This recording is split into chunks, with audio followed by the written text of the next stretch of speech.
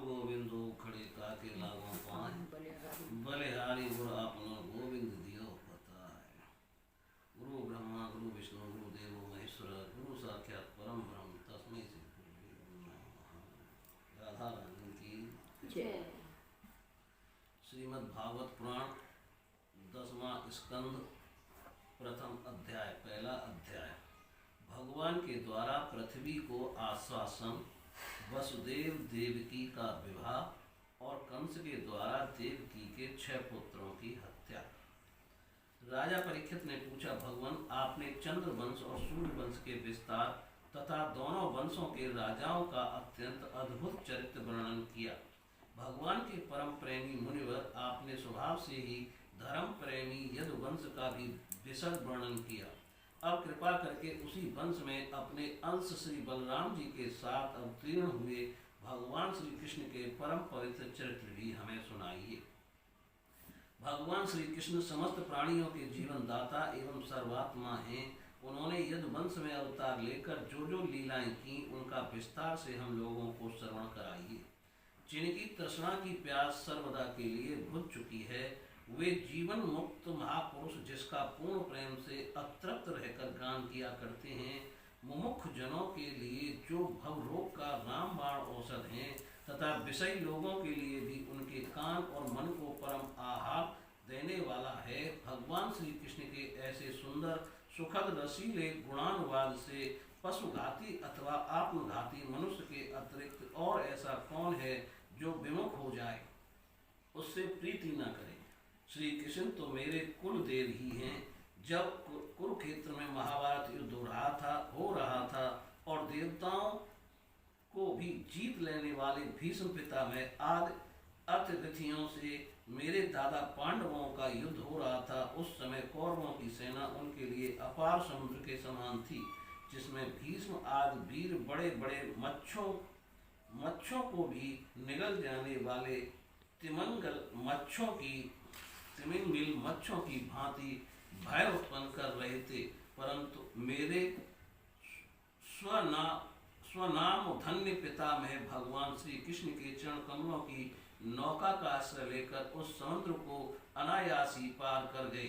ठीक वैसे ही जैसे कोई मार्ग में चलता हुआ स्वभाव से ही बछड़े के खुर का गड्ढा पार कर जाए। महाराज, मेरा यह शरीर जो आपके सामने है तथा जो कौरव और पांडव दोनों ही वंशों का एकमात्र सहारा था, अश्वत्थामा के ब्रह्मास्त्र से जल चुका था। उस समय मेरी माता जब भगवान की शरण में गईं, तब उन्होंने हाथ में चक्र लेकर मेरी माता के गर्भ में प्रवेश किया और मेरी रक्षा की। केवल मेरी ही बात नहीं, वे समस्त शरीरधारियों के भीतर आत्मा रूप से रहकर अमृत तत्व का दान कर रहे हैं और बाहर काल रूप से रहकर मृत्यु का मनुष्य के रूप में प्रतीत होना, यह तो उनकी एक लीला है। आप उन्हीं के ऐश्वर्य और माधुर्य से परिपूर्ण लीलाओं का वर्णन कीजिए। भगवान, आपने अभी बतलाया था कि बलराम जी रोहिणी के पुत्र थे। इसके बाद देवकी के पुत्रों में भी आपने उनकी गणना की। दूसरा, शरीर धारण किए बिना 2 माताओं का पुत्र होना कैसे संभव है? असुरों को मुक्ति देने वाले और भक्तों को प्रेम वितरण करने वाले भगवान श्री कृष्ण अपने वात्सल्य स्नेह से भरे हुए पिता का घर छोड़कर ब्रज में क्यों चले गए? यदुवंश शिरोमणि भक्त वत्सल प्रभु ने नंद आदि गोप बंधुओं के साथ कहाँ कहाँ निवास किया? ब्रह्मा और शंकर का भी शासन करने वाले प्रभु ने ब्रज में तथा मधुपुरी में रहकर कौन कौन सी लीलाएं की? और महाराज, उन्होंने अपनी माँ के भाई मामा कंस को अपने हाथों क्यों मार डाला? वह मामा होने के कारण उनके द्वारा मारे जाने योग्य तो नहीं था। मनुष्याकार सच्चिदानंद में विग्रह प्रकट करके द्वारकापुरी में यदुवंशियों के साथ उन्होंने कितने वर्षों तक निवास किया? और उन सर्वशक्तिमान प्रभु की पत्नियां कितनी थीं? मुने, मैंने श्री कृष्ण की जितनी लीलाएं पूछी हैं और जो नहीं पूछी हैं, वे सब आप मुझे विस्तार से सुनाइए, क्योंकि आप सब कुछ जानते हैं और मैं बड़ी श्रद्धा के साथ उन्हें सुनना चाहता हूँ। भगवान, अन्न की तो बात ही क्या, मैंने जल का भी परित्याग कर दिया है, फिर भी वह असहाय भूख प्यास जिसके कारण मैंने मुनि के गले में मृत सर्प डालने का अन्याय अन्याय किया था मुझे तनक भी नहीं सता रही है, क्योंकि मैं आपके मुख कमल से झड़ती हुई भगवान की सुधामयी लीला का कथा का पान कर रहा हूँ। सूत जी कहते हैं, सौनक जी, भगवान के प्रेमियों में अग्रगण्य एवं सर्वज्ञ श्री सुखदेव जी महाराज ने परीक्षित का ऐसा समीचीन प्रश्न सुनकर, जो संतों की सभा में भगवान की लीला के वर्णन का हेतु हुआ करता है, उसका अभिनंदन किया और भगवान श्री कृष्ण की उन लीलाओं का वर्णन प्रारंभ किया जो समस्त कलमलों को सदा के लिए धो डालती है। श्री सुखदेव जी ने कहा, भगवान के लीला रस के रसिक राजश्रेय, तुमने जो कुछ निश्चय किया है वह बहुत ही सुंदर और आदरणीय है, क्योंकि सबके हृदय आराध्य श्री कृष्ण की लीला कथा श्रवण करने में तुम्हें सहज एवं सुदृढ़ प्रीति प्राप्त हो गई है। भगवान श्री कृष्ण की कथा के संबंध में प्रश्न करने से ही वक्ता, प्रश्नकर्ता और श्रोता तीनों ही पवित्र हो जाते हैं। जैसे गंगा जी का जल या भगवान सालग्राम का चरणामृत सभी को पवित्र कर देता है, परीक्षित, उस समय लाखों दैत्यों के दल ने घमंडी राजाओं का रूप धारण कर अपने भारी भार से पृथ्वी को आक्रांत कर रखा था। उससे त्राण पाने के लिए वह ब्रह्मा जी की शरण में गई। पृथ्वी ने उस समय गौ का रूप धारण कर रखा था। उसके नेत्रों से आंसू बह मुंह पर आ रहे थे। उसका मन तो खिन्न था ही, शरीर भी बहुत क्रस हो गया था। वे बड़े करुण स्वर से रम्हा रही थी। ब्रह्मा जी के पास जाकर उसने उन्हें अपनी पूरी कष्ट कहानी सुनाई। ब्रह्मा जी ने बड़ी सहानुभूति के साथ उसकी दुख गाथा सुनी। उसके बाद वे भगवान शंकर, स्वर्ग के अन्य प्रमुख देवता तथा गौ के रूप में आई हुई पृथ्वी को अपने साथ लेकर क्षीर सागर के तट पर गए। भगवान देवताओं के भी आराध्य देव हैं। वे अपने भक्तों की समस्त अभिलाषाएं पूर्ण करते हैं और उनके समस्त कलेशों को नष्ट कर देते हैं। वे ही जगत के एकमात्र स्वामी हैं। क्षीर सागर के तट पर पहुंचकर ब्रह्मा और देवताओं ने पुरुष सूक्त के द्वारा उन्हीं परम पुरुष सर्वंतर्यामी प्रभु की स्तुति करते करते ब्रह्मा जी समाधिस्थ हो गए। उन्होंने समाधि अवस्था में आकाशवाणी सुनी। इसके बाद जगत के निर्माणकर्ता ब्रह्मा जी ने देवताओं से कहा, देवताओं, मैंने भगवान की वाणी सुनी है, तुम लोग भी उसे मेरे द्वारा अभी सुन लो और फिर वैसा ही करो। उसके पालन में विलंब नहीं होना चाहिए। भगवान को पृथ्वी के कष्ट का पहले से ही पता है। वे ईश्वरों के भी ईश्वर हैं, अतः अपनी काल शक्ति के द्वारा पृथ्वी का भार हरण करते वे जब तक पृथ्वी पर लीला करें, तब तक तुम लोग भी अपने अपने अंशों के साथ यदु कुल में जन्म लेकर उनकी लीला में सहयोग। वसुदेव जी के घर स्वयं पुरुषोत्तम भगवान प्रकट होंगे। उनकी और उनकी प्रियतमा श्री राधा की सेवा के लिए देवांगनाएं जन्म ग्रहण। स्वयं प्रकाश भगवान शेष भी, जो भगवान की कला होने के कारण अनंत हैं, अनंत का अंत भी अनंत ही होता है। और जिनके सहस्त्र मुख हैं, भगवान के प्रिय कार्य करने के लिए उनसे पहले ही उनके रूप में अवतार ग्रहण करेंगे। भगवान की वह ऐश्वर्यशालिनी योग माया भी, जिसने सारे जगत को मोहित कर रखा है, उनकी आज्ञा से उनकी लीला के कार्य संपन्न करने के लिए अंश ग्रहण करेंगी। श्री सुखदेव जी कहते हैं, परीक्षित, प्रजापतियों के स्वामी भगवान ब्रह्मा जी ने देवताओं को इस प्रकार आज्ञा दी और पृथ्वी को समझा बुझाकर ढांढस बंधाया। इसके बाद वे अपने परम धाम को चले गए। प्राचीन काल में यदुवंशी राजा थे सूरसेन। वे मथुरापुरी में रहकर माथुर मंडल और सूरसेन मंडल का राज्य शासन करते थे। उसी समय से मथुरा ही समस्त यदुवंशी नरपतियों की राजधानी हो गई थी। भगवान श्री हरि सर्वदा वहां विराजमान रहते हैं। एक बार मथुरा में सूर्य के पुत्र वसुदेव जी को विवाह करके अपनी नव विवाहिता पत्नी देवकी के साथ घर जाने के लिए रथ पर सवार हुए। उग्रसेन का लड़का था कंस। उसने अपनी चचेरी बहन देवकी को प्रसन्न करने के लिए उसके रथ के घोड़ों की रास पकड़ ली। वह स्वयं ही रथ हाँकने लगा। यद्यपि उसके साथ सैकड़ों सोने के बने हुए रथ चल रहे थे। देवकी के पिता थे देवक। अपनी पुत्री पर उनका बड़ा प्रेम था। कन्या को विदा करते समय उन्होंने उसे सोने के हारों से अलंकृत 400 हाथी, 15,000 घोड़े, 1800 रथ तथा सुंदर सुंदर वस्त्राभूषणों से विभूषित 200 सुकुमारी दासियां दहेज में दी। विदाई के समय वर वधु के मंगल के लिए एक ही साथ शंख, तुरई, मृदंग और दुंदुभियां बजने लगी। मार्ग में जिस समय घोड़ों की रास पकड़कर कंस रथ हाँक रहा था, उस समय आकाशवाणी ने उसे संबोधन करके कहा, अरे मूर्ख, जिसको तू रथ में बैठा कर लिए जा रहा है, उसकी 8वें गर्भ की संतान तुझे मार डालेगी।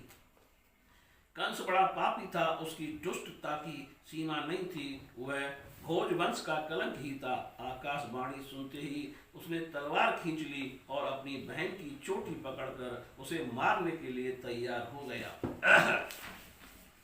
वह अत्यंत क्रूर तो था ही, पाप कर्म करते करते निर्लज्ज भी हो गया था। उसका यह कांड देखकर महात्मा वसुदेव जी उसको शांत करते हुए बोले। वसुदेव जी ने कहा, राजकुमार, आप भोज वंश के होनहार, वंशधर तथा अपने कुल की कीर्ति बढ़ाने वाले हैं। बड़े बड़े सूरवीर आपके गुणों की सराहना करते हैं। इधर यह एक तो स्त्री, दूसरे आपकी बहन और तीसरे यह विवाह का शुभ अवसर। ऐसी स्थिति में आप इसे कैसे मार सकते हैं? वीरवर, जो जन्म लेते हैं उनके शरीर के साथ ही मृत्यु भी उत्पन्न होती है। आज हो या 100 वर्ष के बाद जो प्राणी है उसकी मृत्यु होगी ही। जब शरीर का अंत हो जाता है तब जीव अपने कर्म के अनुसार दूसरे शरीर को ग्रहण करके अपने पहले शरीर को छोड़ देता है। उसे विवश होकर ऐसा करना पड़ता है। जैसे चलते समय मनुष्य एक पैर जमाकर ही दूसरा पैर उठाता है और जैसे जोंक किसी अगले तिनके को पकड़ लेती है तब पहले के पकड़े हुए तिनके को छोड़ देती है, वैसे जीव भी अपने कर्म के अनुसार किसी शरीर को प्राप्त करने के बाद ही इस शरीर को छोड़ता है। जैसे कोई पुरुष जागृत अवस्था में राजा के ऐश्वर्य को देखकर और इंद्रादि के ऐश्वर्य को सुनकर उसकी अभिलाषा करने लगता है और उसका चिंतन करते करते उन्हीं बातों में घुल मिलकर एक हो जाता है तथा स्वप्न में अपने को राजा या इंद्र के रूप में अनुभव करने लगता है, साथ ही अपने दरिद्रतावस्था के शरीर को भूल जाता है। कभी कभी तो जागृत अवस्था में ही मन उन बातों का चिंतन करते करते तन्मय हो जाता है और उसे सुथुल शरीर की सुध नहीं रहती। वैसे ही जीव कर्मकृत कामना और कामनाकृत कर्म के वश होकर दूसरे शरीर को प्राप्त हो जाता है और अपने पहले शरीर को भूल जाता है। जीव का मन अनेक विकारों का पुंज है। देहांत के समय वह अनेक जन्मों के संचित और प्रारब्ध कर्मों की वासनाओं के अधीन होकर माया के द्वारा रचे हुए अनेक 5 भौतिक शरीरों में से जिस किसी शरीर के चिंतन में तल्लीन हो जाता है और मान बैठता है कि यह मैं हूँ, उसे वही शरीर ग्रहण करके जन्म लेना पड़ता है। जैसे सूर्य, चंद्रमा आदि चमकीली वस्तुएं जल से भरे हुए घड़ों में या तेल आदि तरल पदार्थों में प्रतिबिंबित होती है और हवा के झोंके से उनके जल आदि के हिलने डोलने पर उनमें प्रतिबिंबित वस्तुएं भी चंचल जान पड़ती हैं। वैसे ही जीव अपने स्वरूप के अज्ञान द्वारा रचे हुए शरीरों में राग करके उन्हें अपना आप मान बैठता है और मोहवश उनके आने जाने को अपना आना जाना मानने लगता है। इसलिए जो अपना कल्याण चाहता है उसे किसी से द्रोह नहीं करना चाहिए, क्योंकि जीव कर्म के अधीन हो गया है और जो किसी से भी द्रोह करेगा उसको इस जीवन में शत्रु से और जीवन के बाद परलोक से भयभीत होना ही पड़ेगा। कंस, यह आपकी छोटी बहन अभी बच्ची और बहुत दीन है। यह तो आपकी कन्या के समान है। इस पर अभी अभी इसका विवाह हुआ है। विवाह के मंगल चिन्ह भी इसके शरीर पर से नहीं उतरे हैं। ऐसी दशा में आप जैसे दीन वत्सल पुरुष को इस बेचारी का वध करना उचित नहीं है।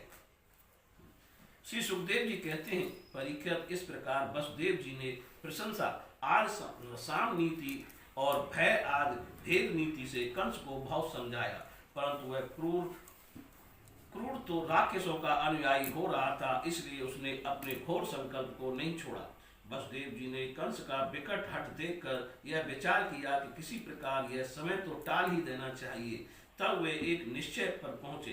बुद्धिमान पुरुष को जहाँ तक उसकी बुद्धि और बल साथ दे मृत्यु को टालने का प्रयत्न करना चाहिए।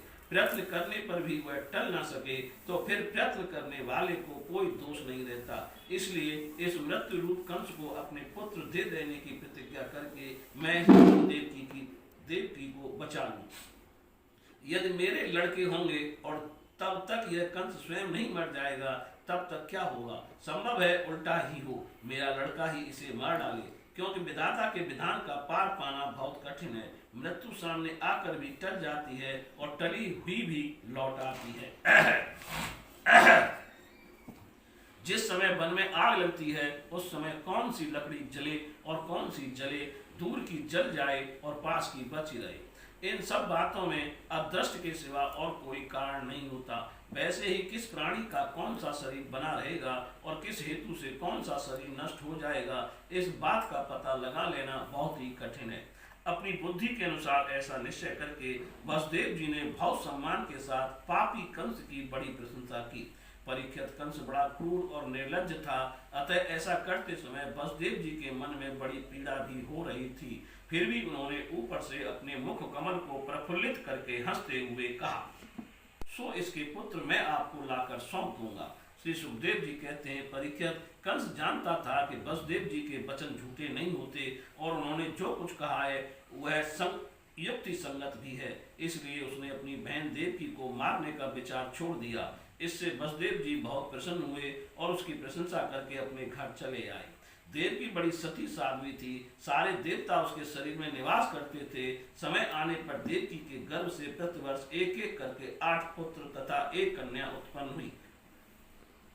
पहले पुत्र का नाम था कीर्तिमान। वसुदेव जी ने उसे लाकर कंस को दे दिया। ऐसा करते समय उन्हें कष्ट तो अवश्य हुआ, परंतु उससे भी बड़ा कष्ट उन्हें इस बात का था कि कहीं मेरे वचन झूठे ना हो जाएं। परीक्षित, सत्य संध पुरुष बड़े से बड़ा कष्ट भी सह लेते हैं। ज्ञानियों को किसी बात की अपेक्षा नहीं होती। नीच पुरुष बुरे से बुरा काम भी कर सकते हैं और जो जितेंद्रिय हैं, जिन्होंने भगवान को हृदय में धारण कर रखा है, वे सब कुछ त्याग सकते हैं। जब कंस ने देखा कि वसुदेव जी का अपने पुत्र के जीवन और मृत्यु में समान भाव है एवं वे सत्य में पूर्ण निष्ठावान भी हैं, तब वह बहुत प्रसन्न हुआ और उसने हंसकर बोला, वसुदेव जी, आप इस नन्हे से सुकुमार बालक को ले जाइए, इससे मुझे कोई भय नहीं है, क्योंकि आकाशवाणी ने तो ऐसा कहा था कि देवकी के 8वें गर्भ से उत्पन्न संतान के द्वारा मेरी मृत्यु होगी। वसुदेव जी ने कहा, ठीक है, और उस बालक को लेकर वे लौट आए। परंतु उन्हें मालूम था कि कंस बड़ा दुष्ट है और उसका मन उसके हाथ में नहीं है, वह किसी क्षण बदल सकता है, इसलिए उन्होंने उसकी बात पर विश्वास नहीं किया। परीक्षित, इधर भगवान नारद कंस के पास आए और उससे बोले कि कंस, ब्रज में रहने वाले नंद आदि गोप, उनकी स्त्रियां, वसुदेव आदि विष्णुवंशी यादव देव की आदि यदुवंश की स्त्रियां और नंद वसुदेव दोनों के सजातीय बंधु बांधव और सगे संबंधी सबके सब देवता हैं जो इस समय तुम्हारी सेवा कर रहे हैं, वे भी देवता ही हैं। उन्होंने ये भी बतलाया है कि दैत्यों के कारण पृथ्वी का भार बढ़ गया है, इसलिए देवताओं की ओर से अब उनके वध की तैयारी की जा रही है। जब देवर्षि नारद इतना कहकर चले गए, तब कंस को यह निश्चय हो गया कि यदुवंशी देवता हैं और देवकी के गर्भ से विष्णु भगवान ही मुझे मारने के लिए पैदा होने वाले हैं, इसलिए उसने देवकी और वसुदेव को हथकड़ी बेड़ी से जकड़कर कैद में डाल दिया और उन दोनों से जो जो पुत्र होते गए उन्हें वह मारता गया। उसे हर बार यह शंका बनी रहती थी कि कहीं विष्णु ही उस बालक के रूप में न आ गया हो। परीक्षित, पृथ्वी में यह बात प्राय देखी जाती है कि अपने प्राणों का ही पोषण करने वाले लोभी राजा अपने स्वार्थ के लिए माता पिता भाई बंधु और अपने अत्यंत हितैषी कष्ट मित्रों की भी हत्या कर डालते हैं।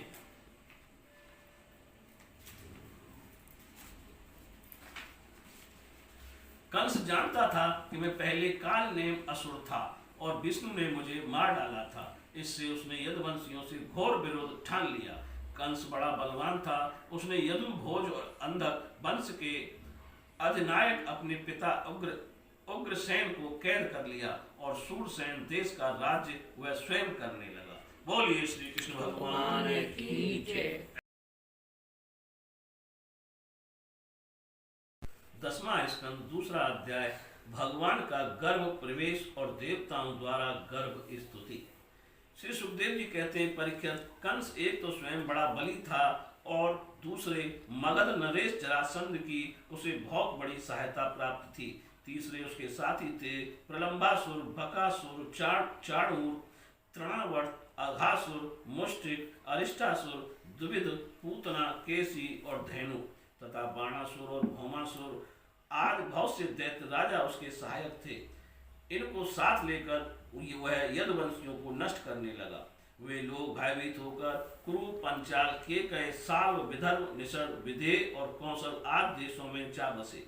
कुछ लोग ऊपर ऊपर से उसके मन के अनुसार काम करते हुए उसकी सेवा में लगे रहे।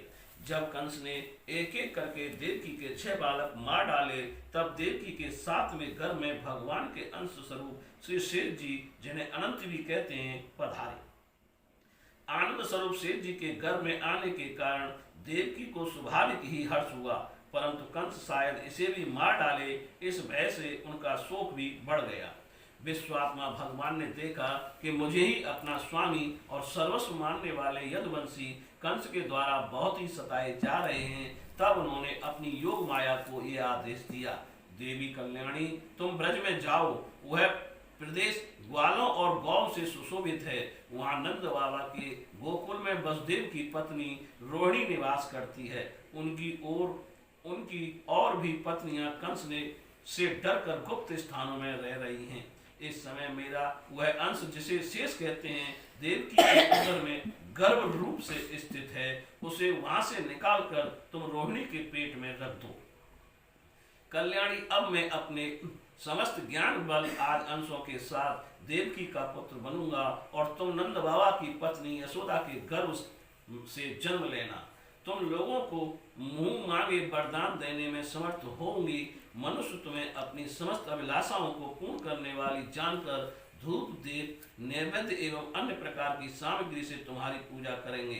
पृथ्वी में लोग तुम्हारे लिए बहुत से स्थान बनाएंगे और दुर्गा, भद्रकाली, विजया, वैष्णवी, कुमुदा, चंडिका, कृष्णा, माधवी, कन्या, माया, नारायणी, ईशानी, शारदा और अंबिका आदि बहुत से नामों से पुकारेंगे। देवकी के गर्भ से खींचे जाने के कारण शेष जी को लोग संसार में संकर्षण कहेंगे, लोक रंजन करने के कारण राम कहेंगे और बलवानों में श्रेष्ठ होने के कारण बलभद्र भी कहेंगे। जब भगवान ने इस प्रकार आदेश दिया, तब योग माया ने जो आज्ञा ऐसा कहकर उनकी बात से उधार की और उनकी परिक्रमा करके वह पृथ्वी लोक में चले गए तथा भगवान ने जैसा कहा था वैसे ही किया। जब योग माया ने देवकी का गर्भ ले जाकर रोहिणी के उदर में रख दिया, तब पुरवासी बड़े दुख के साथ आपस में कहने लगे, हाय बेचारी देवकी का यह गर्भ तो नष्ट ही हो गया। भगवान भक्तों को अभय करने वाले हैं, वे सर्वत्र सब रूप में हैं, उन्हें कहीं आना जाना नहीं है। इसलिए वे वसुदेव जी के मन में अपनी समस्त कलाओं के साथ प्रकट हो गए। उसमें विद्यमान रहने पर भी अपने को अव्यव्य से व्यक्त कर दिया। भगवान की ज्योति को धारण करने के कारण वसुदेव जी सूर्य के समान तेजस्वी हो गए। उन्हें देखकर लोगों की आंखें चौंधिया जाती। कोई भी अपने बल वाणी या प्रभाव से उन्हें दबा नहीं सकता। भगवान के उस ज्योतिर्मय अंश को, जो जगत का परम मंगल करने वाला है, वसुदेव जी के द्वारा आधान किए जाने पर देवी देवकी ने ग्रहण किया। जैसे पूर्व दिशा चंद्रदेव को धारण करती है, वैसे ही शुद्ध सत्व से संपन्न देवी देवकी ने विशुद्ध मन से सर्वात्मा एवं आत्मस्वरूप भगवान को धारण किया। भगवान सारे जगत के निवास स्थान है। देवकी उनका भी निवास स्थान बन गई, परंतु घड़े आदि के भीतर बंद किए हुए दीपक का और अपनी विद्या दूसरे को न देने वाले ज्ञान खल की श्रेष्ठ विद्या का प्रकाश जैसे चारों ओर नहीं फैलता, वैसे ही कंस के कारागार में बंद देव की भी उतनी शोभा नहीं हुई। देवकी के गर्भ में भगवान विराजमान हो गए थे। उसके मुख पर पवित्र मुस्कान थी और उसके शरीर की कांति से बंदी ग्रह जगमगाने लगा था। जब कंस ने उसे देखा, तब वह मन ही मन कहने लगा, अब की बार मेरे प्राणों के ग्राहक विष्णु ने इसके गर्भ में अवश्य ही प्रवेश किया है, क्योंकि इसके पहले देवकी कभी ऐसी न थी। अब इस विषय में शीघ्र से शीघ्र मुझे क्या करना चाहिए? देवकी को मारना तो ठीक ना होगा, क्योंकि वीर पुरुष स्वार्थवश अपने पराक्रम को कलंकित नहीं करते। एक तो यह स्त्री है, दूसरे बहन और तीसरे गर्भवती है। इसको मारने से तो तत्काल ही मेरी कीर्ति, लक्ष्मी और आयु नष्ट हो जाएगी। वह मनुष्य तो जीवित रहने पर भी मरा हुआ ही है, जो अत्यंत क्रूरता का व्यवहार करता है। उसकी मृत्यु के बाद जो लोग उसे गाली देते हैं, इतना ही नहीं, वह देहाभिमानियों के योग्य और घोर नरक में भी अवश्य जाता है। यद्यपि कंस देवकी को मार सकता था, किंतु स्वयं ही वह इस अत्यंत क्रूरता के विचारों से निवृत्त हो गया। अब भगवान के प्रति दृढ़ बैर का भाव मन में गांठ कर उसके जन्म की प्रतिज्ञा करने लगा। वह उठते बैठते, खाते पीते, सोते जागते और चलते फिरते सर्वदा ही श्री कृष्ण के चिंतन में लगा रहता। जहाँ उसकी आंख पड़ती, जहाँ कुछ खड़का होता, वहां उसे श्री कृष्ण दिख जाते। इस प्रकार उसे सारा जगत ही श्री कृष्ण में दिखने लगा। परीक्षित भगवान शंकर और ब्रह्मा जी कंस के कैद खाने में आए। उनके साथ अपने अनुचरों के सहित समस्त देवता और नारद आदि ऋषि भी थे। वे लोग सुमधुर वचनों से सबकी अभिलाषा पूर्ण करने वाले श्री हरि की इस प्रकार स्तुति करने लगे। प्रभु, आप सत संकल्प हैं, सत्य ही आपकी प्राप्ति का श्रेष्ठ साधन है। सृष्टि के पूर्व, प्रलय के पश्चात और संसार की स्थिति के समय इन असत्य अवस्थाओं में भी आप सत्य हैं। पृथ्वी, जल, तेज, वायु और आकाश, इन 5 दृश्यमान सत्यों के आप ही कारण हैं और उनमें अंतर्यामी रूप से विराजमान भी हैं। आप इस दृश्यमान जगत के परमार्थ स्वस्थ स्वरूप हैं। आप ही मधुर वाणी और समदर्शन के प्रवर्तक हैं। भगवान, आप तो बस सत्य स्वरूप ही हैं। हम सब आपकी शरण में आए हैं। यह संसार क्या है? एक सनातन वृक्ष, इस वृक्ष का आश्रय है एक प्रकृति, इसके 2 फल हैं, सुख और दुख। 3 जड़ें हैं, सत्व, रज और तम। 4 रस हैं, धर्म, अर्थ, काम और मोक्ष। इसके जानने के 5 प्रकार हैं, स्रोत, त्वचा, नेत्र, रसना और नासिका। इसके 6 स्वभाव हैं, पैदा होना, रहना, बढ़ना, बदलना, घटना और नष्ट हो जाना। इस वृक्ष की छाल हैं 7 धातुएं, रस, रुधिर, मांस, मेद, अस्थि, मज्जा और शुक्र। 8 शाखाएं हैं, 5 महाभूत, मन, बुद्धि और अहंकार। इसमें मुख आदि 9 द्वार खोखड़ हैं, प्राण, अपान, व्यान, उदान, समान, नाग, कूर्म, क्रकल, देवदत्त और धनंजय। ये 10 प्राण ही इसके 10 पत्ते हैं। इस संसार रूप वृक्ष पर 2 पक्षी हैं, जीव और ईश्वर। इस संसार रूप वृक्ष की उत्पत्ति के आधार एकमात्र आप ही हैं। आप में ही इसका प्रलय होता है और आपके ही अनुग्रह से इसकी रक्षा भी होती है। जिनका चित्त आपकी माया से आवृत हो रहा है, इस सत्य को समझने की शक्ति खो बैठा है, वे ही उत्पत्ति, स्थिति और प्रलय करने वाले ब्रह्मादि देवताओं को अनेक देखते हैं। यह तत्व ज्ञानी पुरुष तो सबके रूप में केवल आपका ही दर्शन करते हैं। आप ज्ञान स्वरूप आत्मा हैं, चराचर जगत के कल्याण के लिए ही अनेकों रूप धारण करते हैं। आपके वे रूप विशुद्ध, अप्राकृतिक, सत्वमय होते हैं और संत पुरुषों को बहुत सुख देते हैं। साथ ही दुष्टों को उनकी दुष्टता का दंड भी देते हैं, उनके लिए अमंगल भी होते हैं। कमल के समान कोमल अनुग्रह भरे नेत्रों वाले प्रभु, कुछ बिरले लोग ही आपके समस्त पदार्थों और प्राणियों के आश्रय स्वरूप रूप में पूर्ण एकाग्रता से अपना चित्त लगा पाते हैं और आपके चरण कमल रूपी जहाज का आश्रय लेकर इस संसार सागर को बछड़े के खुर के गड्ढे के समान अनायास ही पार कर जाते हैं। क्यों ना हो, अब तक के संतों ने इसी जहाज से संसार सागर को पार जो किया है। परम प्रकाश स्वरूप परमात्मा आपके भक्तजन सारे जगत के निष्कपट, प्रेमी, सच्चे, हितैषी होते हैं। वे स्वयं तो इस भयंकर और कष्ट से पार करने योग्य संसार सागर को पार कर ही जाते हैं, किंतु औरों के कल्याण के लिए भी वे यहाँ आपके चरण कमलों की नौका स्थापित कर जाते हैं। वास्तव में सत्पुरुषों पर आपकी महान कृपा है, इसके लिए आप अनुग्रह स्वरूप ही हैं। कमल नयन, जो लोग आपके चरण कमलों की शरण नहीं लेते तथा आपके प्रति भक्ति भाव से रहित होने के कारण जिनकी बुद्धि भी शुद्ध नहीं है, वे अपने को झूठ मूठ मुक्त मानते हैं। वास्तव में तो वे बद्ध ही हैं। वे यदि बड़ी तपस्या और साधना का कष्ट उठाकर किसी प्रकार ऊंचे से ऊंचे पद पर भी पहुंच जाएं तो भी वहां से नीचे गिर जाते हैं। परंतु भगवान जो आपके अपने निज जन हैं, जिन्होंने आपके चरणों में अपनी सच्ची प्रीति जोड़ रखी है, वे कभी उन ज्ञान भिमानियों की भांति अपने साधन मार्ग से गिरते नहीं। प्रभु वे बड़े बड़े विघ्न डालने वालों की सेना के सरदारों के सिर पर पैर रखकर निर्भय विचरते हैं। कोई भी विघ्न उनके मार्ग में रुकावट नहीं डाल सकते, क्योंकि उनके रक्षक आप जो हैं। आप संसार की स्थिति के लिए समस्त देहधारियों को परम कल्याण प्रदान करने वाला विशुद्ध सत्वमय सच्चिदानंदमय परम दिव्य मंगल विग्रह प्रकट करते हैं।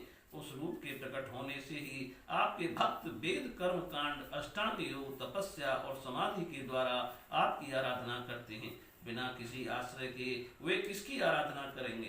प्रभु आप सबके विधाता हैं। यदि आपका ये विशुद्ध सत्वमय निज स्वरूप ना हो तो अज्ञान और उसके द्वारा होने वाले भेदभाव को नष्ट करने वाला अपरोक्ष ज्ञान ही किसी को ना हो। जगत में दिखने वाले तीनों गुण आपके हैं और आपके द्वारा ही प्रकाशित होते हैं, यह सत्य है। परंतु इन गुणों की प्रकाशक वृत्तियों से आपके स्वरूप का केवल अनुमान ही होता है, वास्तविक स्वरूप का साक्षात्कार नहीं होता।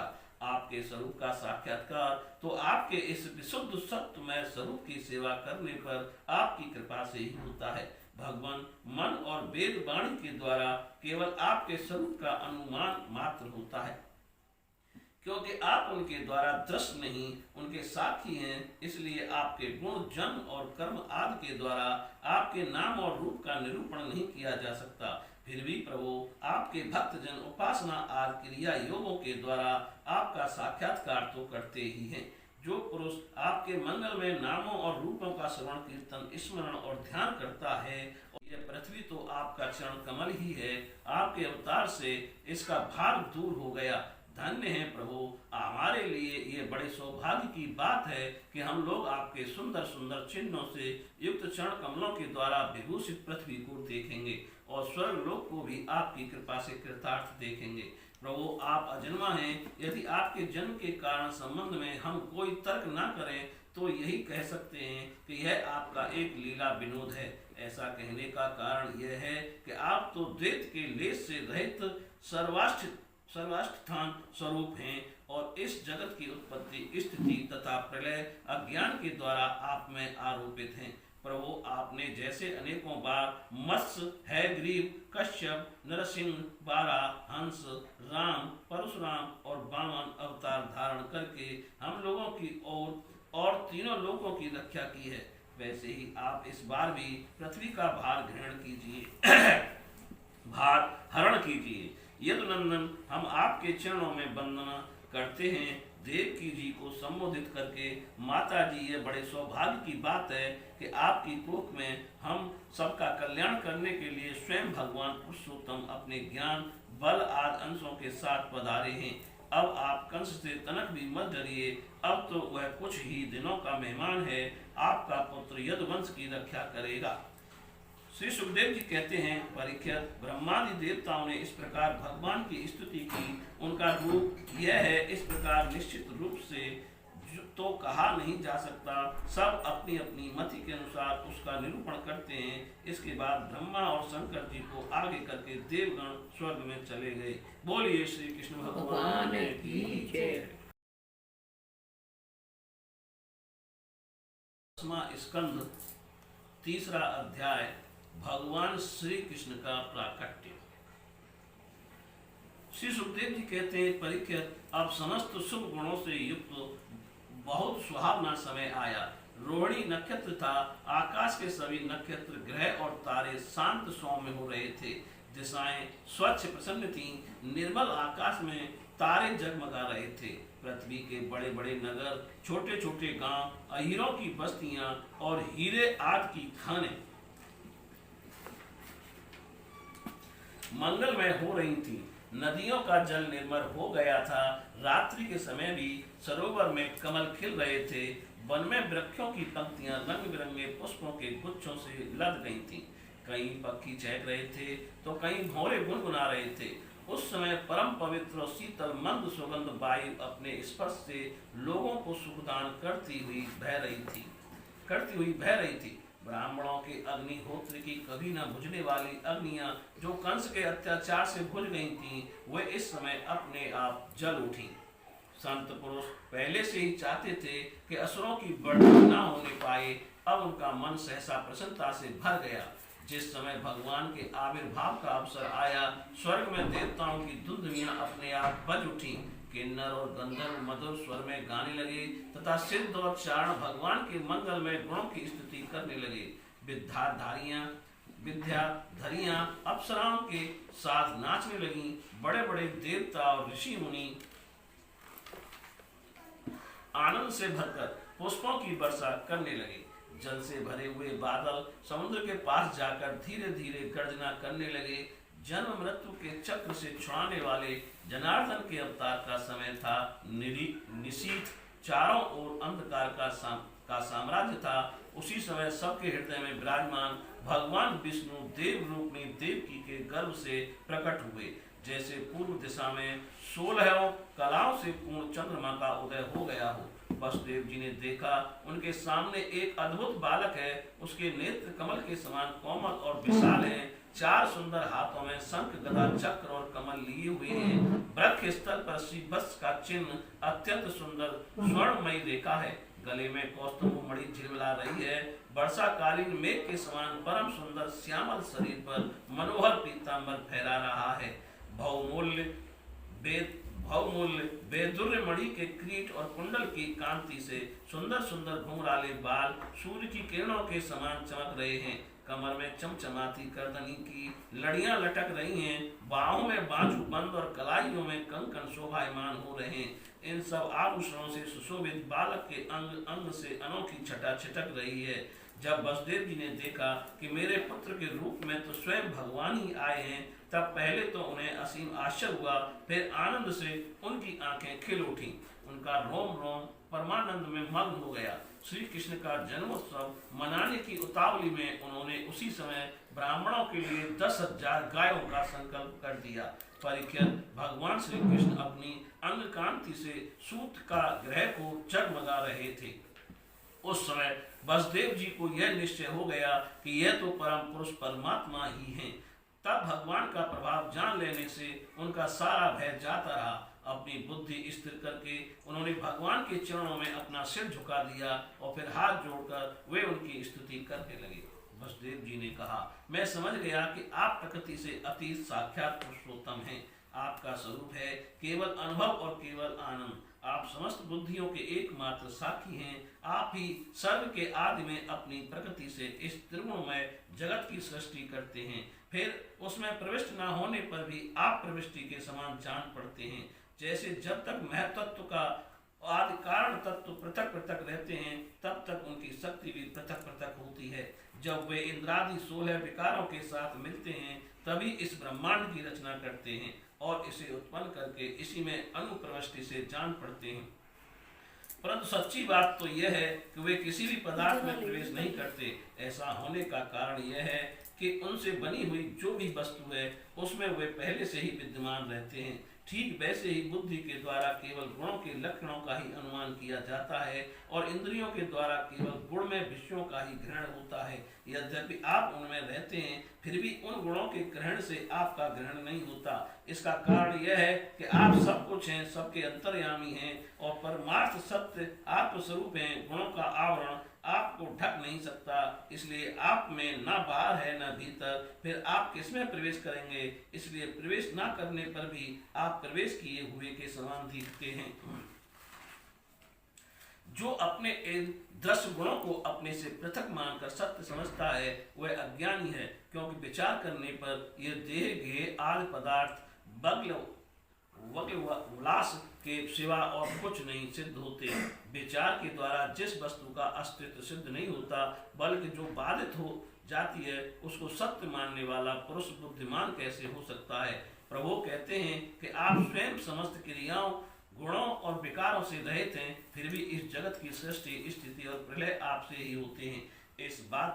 इस बात यह बात परम ऐश्वर्यशाली पर ब्रह्म परमात्मा आपके लिए असंगत नहीं है, क्योंकि तीनों गुणों के आश्रय आप ही हैं। इसलिए उन गुणों के कार्य आदि का आप में ही आरोप किया जाता है। आप ही तीनों लोकों की रक्षा करने के लिए अपनी माया से सत्व में शुक्ल वर्ण पोषणकारी विष्णु रूप धारण करते हैं। उत्पत्ति के लिए रज प्रधान रक्त वर्ण सृजनकारी ब्रह्म रूप और प्रलय के समय तमोगुण प्रधान कृष्ण वर्ण संहारकारी रुद्र रूप स्वीकार करते हैं। प्रभु आप सब शक्तिमान और सबके स्वामी हैं। इस संसार की रक्षा के लिए ही आपने मेरे घर अवतार लिया है। आजकल कोटि कोट असुर सेनापतियों ने राजा का नाम धारण कर रखा है और अपने अधीन बड़ी बड़ी सेनाएं कर रखी हैं। आप उन सबका संहार करेंगे। देवताओं के भी आराध्य देव प्रभु ये कंस बड़ा दुष्ट है। इसे जब मालूम हुआ कि आपका अवतार हमारे घर होने वाला है, तब उसने आपके भय से आपके बड़े भाइयों को मार डाला। अभी उसके दूत आपके अवतार का समाचार उसे सुनाएंगे और वह अभी अभी हाथ में शस्त्र लेकर दौड़ा आएगा। श्री सुखदेव जी कहते हैं, परीक्षित, इधर देवकी ने देखा कि मेरे पुत्र में तो पुरुषोत्तम भगवान के सभी लक्षण मौजूद हैं। पहले तो उन्हें कंस से कुछ भय मालूम हुआ, परंतु फिर वे बड़े पवित्र भाव से मुस्कुराती हुई स्तुति करने लगी। माता देवकी ने कहा, प्रभु वेदों ने आपके जिस रूप को अव्यव्य आप सबका कारण बतलाया है, जो ब्रह्म ज्योति स्वरूप समस्त गुणों से रहित और विकारहीन है, जिसे विशेषण रहित अनिवर्चनीय निष्क्रिय एवं केवल विशुद्ध सत्ता के रूप में कहा गया है, वही बुद्धि आदि के प्रकाशक विष्णु आप स्वयं हैं। जिस समय ब्रह्मा की पूरी आयु दो परार्ध समाप्त हो जाते हैं, काल शक्ति के प्रभाव से सारे लोग नष्ट हो जाते हैं, पंच महाभूत अहंकार में, अहंकार महत्त्व में और महत्त्व प्रकृति में लीन हो जाता है, उस समय एकमात्र आप ही शेष रह जाते हैं, जिसे आपका एक नाम शेष भी है। प्रकृति के एकमात्र सहायक प्रभु निमेष से लेकर वर्ष पर्यंत अनेक विभागों में विभक्त जो काल है, उसकी चेष्टा से यह संपूर्ण विश्व सचेष्ट हो रहा है और जिसकी कोई सीमा नहीं है, वह आपकी लीला मात्र है। आप सर्वशक्तिमान और परम कल्याण के आश्रय हैं। मैं आपकी शरण लेती हूँ। प्रभु ये जीव मृत्युग्रस्त हो रहा है। ये मृत्यु रूप कराल व्याध से भयभीत होकर संपूर्ण लोकांतरों में भटकता रहा है, परंतु इसे कभी कहीं भी ऐसा स्थान ना मिल सका जहाँ ये निर्भय होकर रहे। आज बड़े भाग्य से इसे आपके चरणाबिंदों की शरण मिल गई है, अतः अब ये स्वस्थ होकर सुख की नींद सो रहा है। औरों की तो बात ही क्या, स्वयं मृत्यु भी इसके भयभीत होकर भाग गई है। प्रभु आप हैं भक्त भयहारी और हम लोग इस दुष्ट कंस से बहुत ही भयभीत हैं, अतः आप हमारी रक्षा कीजिए। आपका ये चतुर्भुज दिव्य स्वरूप दिव्य रूप ध्यान की वस्तु है। इसे केवल मांस मज्जा में शरीर पर ही दृष्टि रखने वाले देहाभिमानी पुरुषों के सामने प्रकट मत कीजिए। मधुसूदन, इस पापी कंस को यह बात मालूम ना हो कि आपका जन्म मेरे गर्भ से हुआ है। मेरा धैर्य टूट रहा है। आपके लिए मैं कंस से बहुत डर रही हूँ। विश्वात्मन, आपका यह रूप अलौकिक है। आप शंख चक्र गदा और कमल की शोभा से युक्त अपना यह चतुर्भुज रूप छिपा लीजिए। प्रलय के समय आप इस संपूर्ण विश्व को अपने शरीर में वैसे ही स्वाभाविक रूप से धारण करते हैं जैसे कोई मनुष्य अपने शरीर में रहने वाले छिद्र रूप आकाश को। वही परम पुरुष परमात्मा आप मेरे गर्भवासी हुए। यह आपकी अद्भुत मनुष्य लीला नहीं तो और क्या है।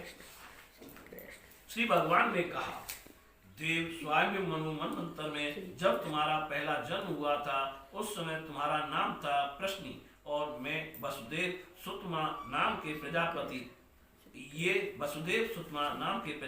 थे। ये तुम दोनों के हृदय बड़े ही शुद्ध थे। जब ब्रह्मा जी ने तुम दोनों को संतान उत्पन्न करने की आज्ञा दी, तब तुम लोगों ने इंद्रियों का दमन करके उत्कृष्ट तपस्या की। तुम दोनों ने वर्षा, वायु, घाम, शीत, उष्ण आदि काल के विभिन्न गुणों का सहन किया और प्राणायाम के द्वारा अपने मन के मल को धो डाले। तुम दोनों कभी सूखे पत्ते खा लेते और कभी हवा पीकर ही रह जाते। तुम्हारा चित्त बड़ा शांत था। इस प्रकार तुम लोगों ने मुझसे अभिष्ट वस्तु प्राप्त करने की इच्छा से मेरी आराधना की। मुझ में चित्त लगाकर ऐसा परम दुष्कर और घोर तप करते करते देवताओं के 12,000 वर्ष बीत गए।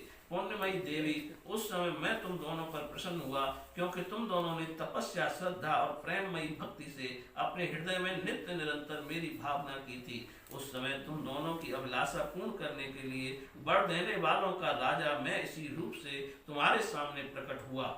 जब जब मैंने कहा कि तुम्हारी जो इच्छा हो मुझसे मांग लो, तब तुम दोनों ने मेरे जैसा पुत्र मांगा। उस समय तक विषय भोगों से तुम लोगों का कोई संबंध नहीं हुआ था, तुम्हारे कोई संतान भी ना थी, इसलिए मेरी माया से मोहित होकर तुम दोनों ने मुझसे मोक्ष नहीं मांगा। तुम्हें मेरे जैसा पुत्र होने का वर प्राप्त हो गया और मैं वहां से चला गया, और अब सफल मनोरथ होकर तुम लोग विषयों का भोग करने लगे। मैंने देखा कि संसार में शील, स्वभाव, उदारता तथा अन्य गुणों से मेरे जैसा कोई और नहीं है, इसलिए मैं ही तुम दोनों का पुत्र हुआ और उस समय मैं वृष्ण गर्भ के नाम से विख्यात हुआ। फिर दूसरे जन्म में तुम हुई अदिति और वसुदेव हुए कश्यप। उस समय भी मैं तुम्हारा पुत्र हुआ, मेरा नाम था उपेंद्र। शरीर छोटा होने के कारण लोग मुझे वामन भी कहते थे। सती देव की, तुम्हारे इस तीसरे जन्म में भी मैं उसी रूप से फिर तुम्हारा पुत्र हुआ हूँ। मेरी वाणी सर्वदा सत्य होती है। मैंने तुम्हें अपना यह रूप इसलिए दिखला दिया कि तुम्हें मेरे पूर्व अवतारों का स्मरण हो जाए। यदि मैं ऐसा नहीं करता तो केवल मनुष्य शरीर से मेरे अवतार की पहचान नहीं हो पाती। तुम दोनों मेरे प्रति पुत्र भाव तथा निरंतर ब्रह्म भाव रखना। इस प्रकार वास्तव, स्नेह और चिंतन के द्वारा तुम्हें मेरे परम पद की प्राप्ति होगी। श्री सुखदेव जी कहते हैं, भगवान इतना कहकर चुप हो गए। अब उन्होंने अपनी योग माया से पिता माता के देखते देखते तुरंत एक साधारण शिशु का रूप धारण कर लिया। तब वसुदेव जी ने भगवान की प्रेरणा से अपने पुत्र को लेकर सूतका गृह से बाहर निकलने की इच्छा की। उसी समय नंद पत्नी यशोदा के गर्भ से उस योग माया का जन्म हुआ, जो भगवान की शक्ति होने के कारण उनके समान ही जन्म रहित हैं। उसी योग माया ने द्वारपाल और पूर्ववासियों की समस्त इंद्रिय वृत्तियों की चेतना हर ली। वे सब के सब अचेत होकर सो गए। बंदी रह के सभी दरवाजे बंद थे, उनमें बड़े बड़े किवाड़, लोहे की जंजीरें और ताले जड़े हुए थे। उनके बाहर जाना बड़ा ही कठिन था, परंतु वसुदेव जी भगवान श्री कृष्ण को गोद में लेकर जो ही उनके निकट पहुंचे, त्यों ही वे सब दरवाजे आप से आप खुल गए। ठीक वैसे ही जैसे सूर्योदय होते ही अंधकार दूर हो जाता है, उस समय बादल धीरे धीरे गरज कर जल की फुहारें छोड़ रहे थे। इसलिए शेष जी अपने फनों से जल को रोकते हुए भगवान के पीछे पीछे चलने लगे। उन दिनों बार बार वर्षा होती रहती थी, इससे यमुना जी बहुत बढ़ गई थी। उनका प्रभाव गहरा और तेज हो गया था। तरल तरंगों के कारण जल पर फैन ही फैन हो रहा था। सैकड़ों भयानक भंवर पड़ रहे थे। जैसे सीतापति भगवान श्री राम जी को समुद्र ने मार्ग दे दिया था, वैसे ही यमुना जी ने भगवान को मार्ग दे दिया। वसुदेव जी ने नंद बाबा के गोकुल में जाकर देखा कि सब के सब गोप नींद से अचेत पड़े हुए हैं। उन्होंने अपने पुत्र को यशोदा जी की सैया पर सुला दिया और उनकी नवजात कन्या लेकर वे बंदी गृह में लौट आए। जेल में पहुंचकर वसुदेव जी ने उस कन्या को देवकी की सैया पर सुला दिया और अपने पैरों में बेड़ियां डाल ली तथा पहले की तरह वे बंदी गृह में बंद हो गए। उधर नंद पत्नी यशोदा जी को इतना तो मालूम हुआ कि कोई संतान हुई है, परंतु वे यह ना जान सकी कि पुत्र है या पुत्री, क्योंकि एक तो उन्हें बड़ा परिश्रम हुआ था और दूसरे योग माया ने उन्हें अचेत कर दिया था। बोलिए श्री कृष्ण भगवान की जय। 10वां स्कंद, चौथा अध्याय। कंस के हाथ से छूटकर योग माया का आकाश में जाकर भविष्यवाणी करना। श्री सुखदेव जी कहते हैं, परीक्षित, जब वसुदेव जी लौट आए तब नगर के बाहरी और भीतरी सब दरवाजे अपने आप ही पहले की तरह बंद हो गए। इसके बाद नवजात शिशु के रोने की ध्वनि सुनकर द्वारपालों की नींद टूटी। वे तुरंत भोजराज कंस के पास गए और देव की संतान होने की बात कही। कंस तो बड़ा ही आकुलता और घबराहट के साथ इसी बात की प्रतीक्षा कर रहा था। द्वारपालों की बात सुनते ही वह झटपट पलंग से उठ खड़ा हुआ और बड़ी शीघ्रता से सूत का गृह की ओर झपटा। इस बार तो मेरे काल का ही जन्म हुआ है, यह सोचकर वह बेहद हो रहा था। यही कारण है कि उसे इस बात का भी ध्यान न रहा कि उसके बाल बिखरे हुए हैं। रास्ते में कई जगह वह लड़खड़ा कर गिरते गिरते बचा। बंदी गृह में पहुंचने पर सती देवी ने बड़े दुख और करुणा के साथ अपने भाई कंस से कहा, मेरे हितैषी भाई, यह कन्या तो तुम्हारी पुत्र वधू के समान है, स्त्री जाति की है, तुम्हें स्त्री की हत्या कदापि नहीं करनी चाहिए। भैया, तुमने देववश मेरे बहुत से अग्नि के समान तेजस्वी बालक मार डाले, अब केवल यही एक कन्या बची है, इसे तो मुझे दे दो। अवश्य ही मैं तुम्हारी छोटी बहन हूँ, मेरे बहुत से बच्चे मर गए हैं, इसलिए मैं अत्यंत दीन हूँ। मेरे प्यारे और समर्थ भाई, तुम मुझ मंद भाग्नि को यह अंतिम संतान अवश्य दे दो। श्री सुखदेव जी कहते हैं, परीक्षित कन्या को अपनी गोद में छिपाकर देवकी जी ने अत्यंत दीनता के साथ रोते रोते याचना की, परंतु कंस बड़ा दुष्ट था। उसने देवकी जी को झड़क कर उनके हाथ से वह कन्या छीन ली। अपनी उस नन्ही सी नवजात भांजी के पैर पकड़कर कंस ने उसे बड़े जोर से एक चट्टान पर दे मारा। स्वार्थ ने उसके हृदय से सौहार्द को समूल उखाड़ फेंका था, परंतु श्री कृष्ण जी की वह छोटी बहन साधारण कन्या तो थी नहीं, देवी थी, उसके हाथ से छूटकर तुरंत आकाश में चली गई और अपने बड़े बड़े 8 हाथों में आयुध लिए हुए दीख पड़ी। वह दिव्य माला, वस्त्र, चंदन और मणिमय आभूषणों से विभूषित थी। उसके हाथों में धनुष, त्रिशूल, बाण, ढाल, तलवार, शंख, चक्र और गदा, ये 8 आयुध थे। सिद्ध, चारण, गंधर्व, अप्सरा, किन्नर और नागगण बहुत सी भेंट की सामग्री समर्पित करके उसकी स्तुति कर रहे थे। उस समय देवी ने कंस से कहा, रे मूर्ख, मुझे मारने से तुझे क्या मिलेगा? तेरे पूर्व जन्म का शत्रु तुझे मारने के लिए किसी स्थान पर पैदा हो चुका है। अब तू व्यर्थ निर्दोष बालकों की हत्या ना किया कर। कंस से इस प्रकार कहकर भगवती योग माया वहां से अंतर्ध्यान हो गई और पृथ्वी के अनेक स्थानों में विभिन्न नामों से प्रसिद्ध हुई। देवी की यह बात सुनकर कंस को असीम आश्चर्य हुआ। उसने उसी समय देवकी और वसुदेव को कैद से छोड़ दिया और बड़ी नम्रता से उनसे कहा, मेरी प्यारी बहन और बहनोई जी, हाय हाय, मैं बड़ा पापी हूँ। राक्षस जैसे अपने बच्चों को मार डालता है, वैसे ही मैंने तुम्हारे बहुत से लड़के मार डाले। इस बात का मुझे बड़ा खेद है। मैं इतना दुष्ट हूँ कि करुणा का तो मुझ में लेस भी नहीं है। मैंने अपने भाई, बंधु और हितैषियों तक का त्याग कर दिया। पता नहीं अब मुझे किस नरक में जाना पड़ेगा। वास्तव में तो मैं ब्रह्मघाती के समान जीवित होने पर भी मुर्दा ही हूँ। केवल मनुष्य ही झूठ नहीं बोलते, विधाता भी झूठ बोलते हैं। उसी पर विश्वास करके मैंने अपनी बहन के बच्चे मार डाले। ओ, मैं कितना पापी हूँ। तुम दोनों महात्मा हो, अपने पुत्रों के लिए शोक मत करो, उन्हें तो अपने कर्म का ही फल मिला। सभी प्राणी प्रारब्ध के अधीन हैं, इसी से वे सदा सर्वदा के एक साथ नहीं रह सकते। जैसे मिट्टी के बने हुए पदार्थ बनते और बिगड़ते रहते हैं, परंतु मिट्टी में कोई अदल बदल नहीं होती, वैसे ही शरीर तो बनना बिगड़ना होता ही रहता है, परंतु आत्मा पर इसका कोई प्रभाव नहीं पड़ता। जो लोग इस तत्व को नहीं जानते, वे इस अनात्मा शरीर को ही आत्मा मान बैठते हैं। यही उल्टी बुद्धि अथवा अज्ञान है। इसी के कारण जन्म और मृत्यु होते हैं, और जब तक यह अज्ञान नहीं मिटता, तब तक सुख दुख रूप संसार से छुटकारा नहीं मिलता। मेरी प्यारी बहन, यद्यपि मैंने तुम्हारे पुत्रों को मार डाला है, फिर भी तुम उनके लिए शोक ना करो, क्योंकि सभी प्राणियों को विवश होकर अपने कर्मों का फल भोगना पड़ता है। अपने स्वरूप को न जानने के कारण जीव जब तक यह मानता रहता है कि मैं मरने वाला हूँ या मारा जाता हूँ, तब तक शरीर के जन्म और मृत्यु का अभिमान करने वाला वह अज्ञानी बाध्य और बाधक भाव को प्राप्त होता है, अर्थात वह दूसरों को दुख देता है और स्वयं दुख भोगता है। मेरी यह दुष्टता तुम दोनों क्षमा करो, क्योंकि तुम बड़े ही साधु स्वभाव और दीनों के रक्षक हो। ऐसा कहकर कंस ने अपनी बहन देवकी और वसुदेव के चरण पकड़ लिए। उसकी आंखों से आंसू बह बहकर मुंह तक आ रहे थे। इसके बाद उसने योग माया के वचनों पर विश्वास करके देवकी और वसुदेव को कैद से छोड़ दिया, और वह तरह तरह से उनके प्रति अपना प्रेम प्रकट करने लगा। जब देवकी जी ने देखा कि भाई कंस को पश्चाताप हो रहा है, तब उन्होंने उसे क्षमा कर दिया। वे उसके पहले अपराधों को भूल गईं, और वसुदेव जी ने हंसकर कंस से कहा, मनस्वी कंस, आप जो कहते हैं वह ठीक वैसा ही है।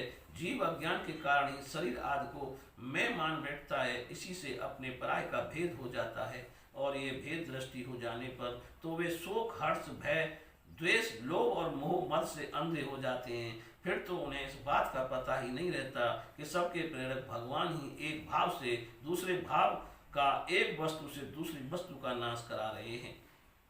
श्री सुखदेव जी कहते हैं, परीक्षित, जब वसुदेव और देवकी ने इस प्रकार प्रसन्न होकर निष्कपट भाव से कंस के साथ बातचीत की, तब उनसे अनुमति लेकर वह अपने महल में चला गया। वह रात्रि बीत जाने पर कंस ने अपने मंत्रियों को बुलाया और योग माया ने जो कुछ कहा था वह सब उन्हें कह सुनाया। कंस के मंत्री पूर्णतया नीति निपुण नहीं थे।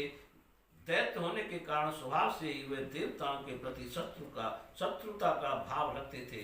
अपने स्वामी कंस की बात सुनकर वे देवताओं पर और भी चिढ़ गए और कंस से कहने लगे, भोजराज, यदि ऐसी बात है तो हम आज ही बड़े बड़े नगरों में, छोटे छोटे गांवों में, अहीरों की बस्तियों में और दूसरे स्थानों में जितने बच्चे हुए हैं, वे चाहे 10 दिन से अधिक के हों या कम के, सबको आज ही मार डालेंगे। समर भीरु देवगण युद्धोद्योग करके ही क्या करेंगे? वे तो आपके धनुष की टंकार सुनकर ही सदा सर्वदा घबराए रहते हैं। जिस समय युद्ध भूमि में आप चोट पर चोट करने लगते हैं, बाण वर्षा से घायल होकर अपनी प्राणों की रक्षा के लिए समरांगण छोड़कर देवता लोग पलायन होकर इधर उधर भाग जाते हैं। कुछ देवता तो अपने अस्त्र शस्त्र जमीन पर डाल देते हैं और हाथ जोड़कर आपके सामने अपनी दीनता प्रकट करने लगते हैं। कोई अपनी चोटी के बाल तथा कच्छ खोलकर आपकी शरण में आकर कहते हैं, हम भयभीत हैं, हमारी रक्षा कीजिए। आप उन शत्रुओं को नहीं मारते जो अस्त्र शस्त्र भूल गए हों, जिनका रथ टूट गया हो, जो डर गए हों, जो लोग युद्ध छोड़कर अनमस्क हो गए हों, जिनका धनुष टूट गया हो या जिन्होंने युद्ध से अपना मुंह मोड़ लिया हो, उन्हें भी आप नहीं मारते। देवता तो बस वही वीर बनते हैं जहाँ कोई लड़ाई झगड़ा ना हो। रणभूमि के बाहर वे बड़ी बड़ी टीन हाँकते हैं। उनसे तथा एकांतवासी विष्णु, वनवासी शंकर, अल्पवीर इंद्र, तपस्वी ब्रह्मा से भी हमें क्या भय हो सकता है? फिर भी देवताओं की उपेक्षा नहीं करनी चाहिए, ऐसी हमारी राय है। क्योंकि हैं तो वे शत्रु ही, इसलिए उनकी जड़ उखाड़ फेंकने के लिए आप हम जैसे विश्वास पात्र सेवकों को नियुक्त कर दीजिए। जब मनुष्य के शरीर में रोग हो जाता है और उसकी चिकित्सा नहीं की जाती, उपेक्षा कर दी जाती है, तब रोग अपनी जड़ जमा लेता है और फिर वह असाध्य हो जाता है। अथवा जैसे इंद्रियों की उपेक्षा कर देने पर उनका दमन असंभव हो जाता है, वैसे ही यदि पहले शत्रु की उपेक्षा कर दी जाए और वह अपना पांव जमा ले, तो फिर उसको हराना कठिन हो जाता है। देवताओं की जड़ है विष्णु और वह वहाँ रहता है जहाँ सनातन धर्म है। सनातन धर्म की जड़ है वेद, गौ, ब्राह्मण, तपस्या और वे यज्ञ जिनमें दक्षिणा दी जाती है।